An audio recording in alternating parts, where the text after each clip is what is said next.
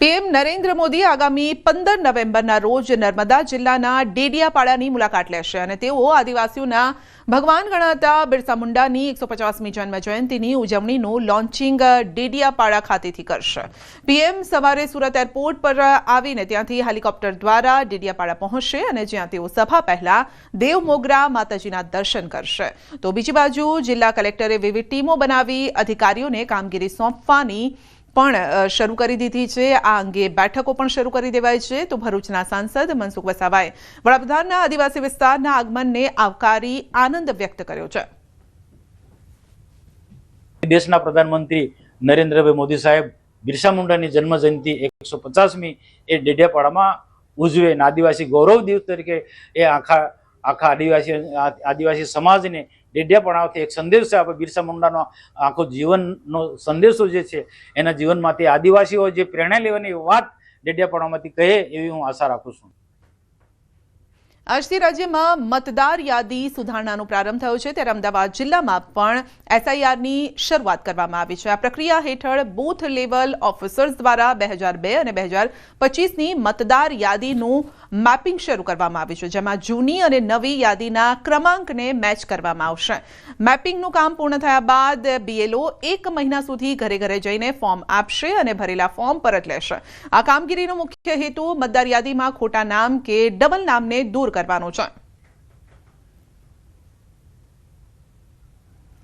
બિહાર બાદ હવે ગુજરાતમાં પણ નવી મતદાર યાદી છે તે તૈયાર થશે અને તેની કામગીરી શરૂ થઈ ગઈ છે। બીએલઓને ટ્રેનિંગ આપવામાં આવી છે અને હવે આજથી એટલે કે મેપિંગની પ્રક્રિયા છે તે શરૂ કરી દીધી છે। આપણી સાથે છે બીએલઓ, વાત કરીશું કે બેન આજથી મેપિંગની પ્રક્રિયા તો શરૂ કરી દેવામાં આવી છે, ત્યારબાદ ઘરે ઘરે જઈને પણ ફોર્મ આપવામાં આવશે।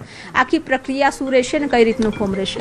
હા, સૌથી પહેલાં તો અમે મેપિંગની કામગીરી સ્ટાર્ટ કરી દીધી છે। એ પૂર્ણ થશે એટલે અમે ફોર્મ ભરીશું અને ઘરે ઘરે મતદારોને આપીશું અને એ લોકો ડિક્લેર કરશે કે હા બસ આ માહિતી સાચી છે અને સાઇન કરીને અમને ફોર્મ પરત કરશે।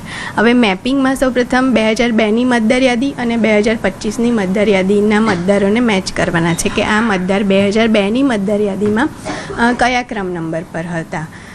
તો અને જે એમના સંતાનો હોય જે 2002ની મતદાર યાદીમાં તો ના જ હોય તો એ સંતાનોને એમના પ્રોજેની તરીકે અંદર અમારી જે આ એપ છે બીએલઓની એમાં ઓપ્શન આપેલો જ છે।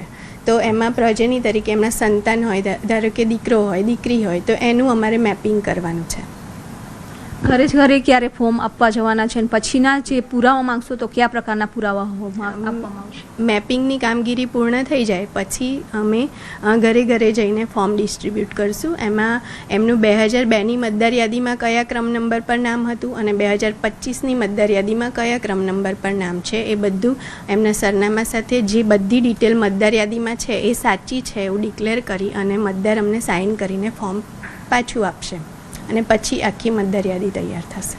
મને કે કોઈ એવું લાગે છે શંકા કે આમના પુરાવા માંગવા પડશે તો કયા પ્રકારના પુરાવા એમને આપવા પડશે? કારણ કે ઘણા બધા એવો હોય છે કે 2002માં અલગ જગ્યા ઉપર રહેતા હોય છે અને 2025માં એ અલગ જગ્યા પર વસવાટ કરી રહ્યા છે અથવા તો સિટી અલગ હોય છે।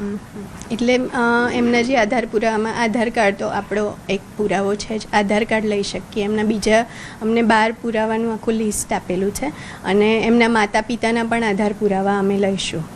આ કેટલા દિવસમાં કામગીરી પૂર્ણ કરવાની રહેશે? માનો કે કોઈ પણ ઘરે તમે ફોર્મ આપ્યું હશે તો એમને પરત કેટલા દિવસમાં કરવાનું છે?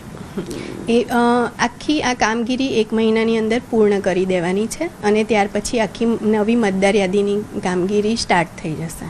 તો આખી નવી મતદાર યાદી છે તે પૂર્ણ કરવામાં આવશે અને હવે નવી એક મતદાર યાદી તૈયાર થવા જઈ રહી છે। કેમેરામેન શ્રેણિક મહેતા સાથે વિભુ પટેલ, ન્યૂઝ 18 ગુજરાતી, અમદાવાદ।